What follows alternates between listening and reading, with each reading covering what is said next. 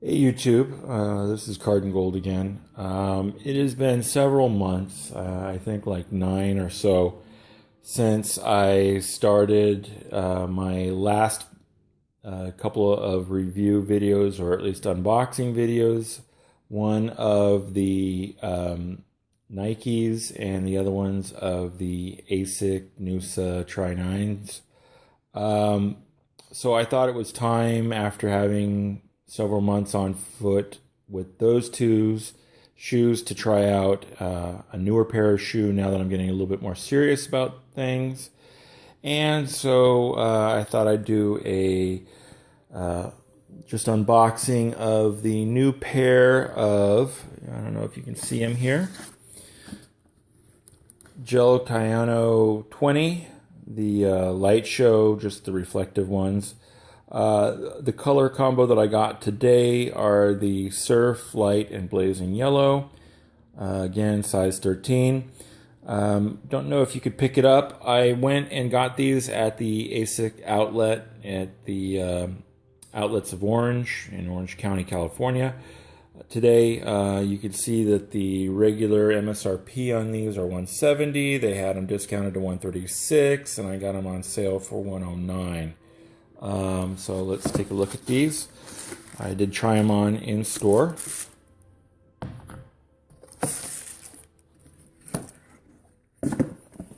So a couple things. First of all, again, got them in the bright, reflective Lite-show color combo because I do some of my, exercising and running at the park at the late evening, and so I want to be as visible as possible.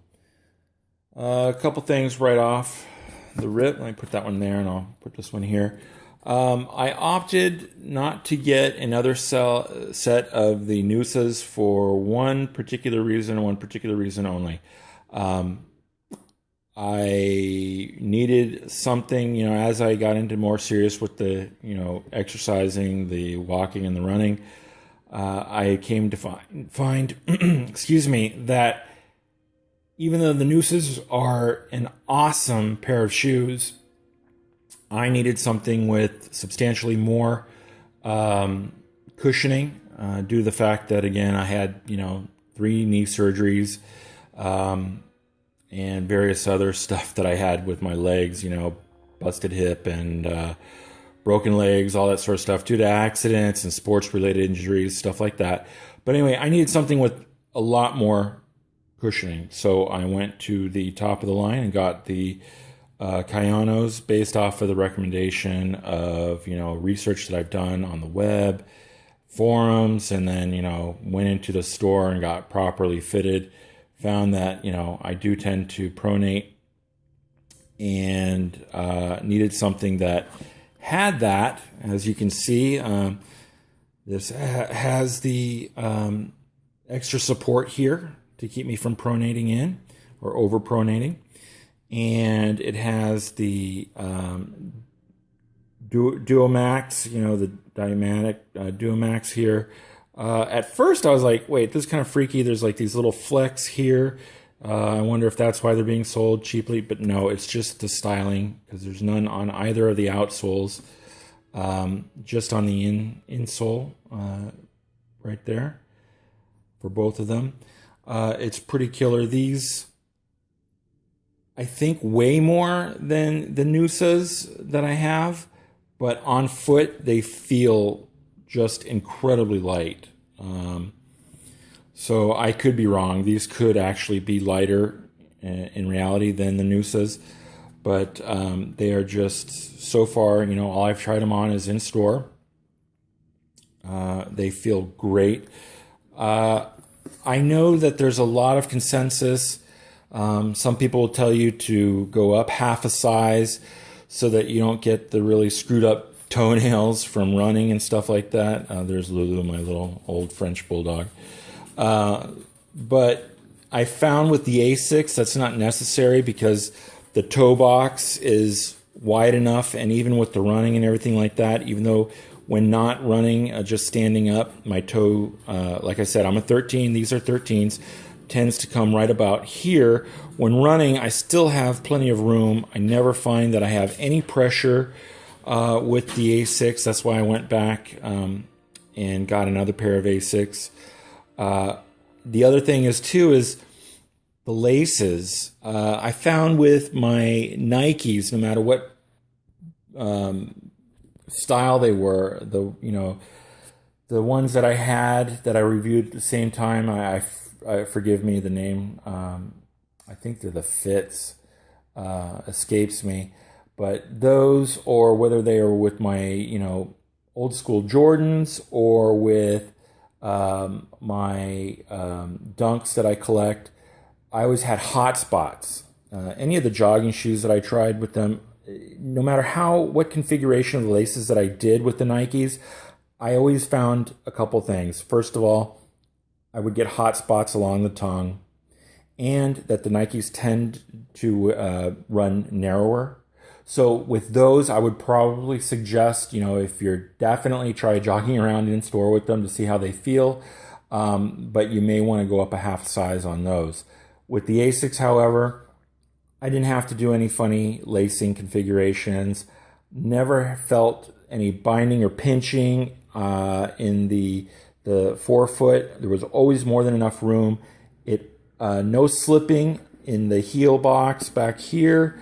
It cupped me perfectly. No chafing or irritation, especially in the nooses because of the really great ventilation that they have.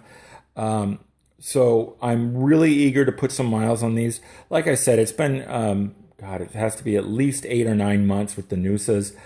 They're still great shoes. But like I said, now that I'm getting more serious with the running and everything like that, I needed to get something that wasn't specifically a triathlete type shoe where I could afford to have, some more cushion with the gel and everything like that.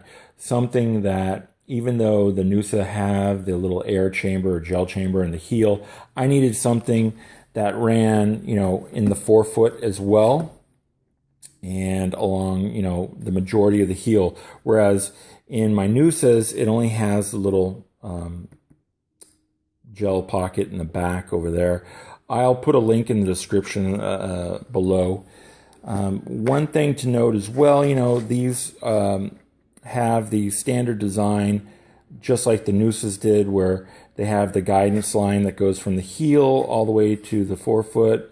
And then again, in this one, you'll see that there's more of the stability control than was in the Noosa. The Noosa still had it, but it didn't continue on to the extent that this one does here on the inside.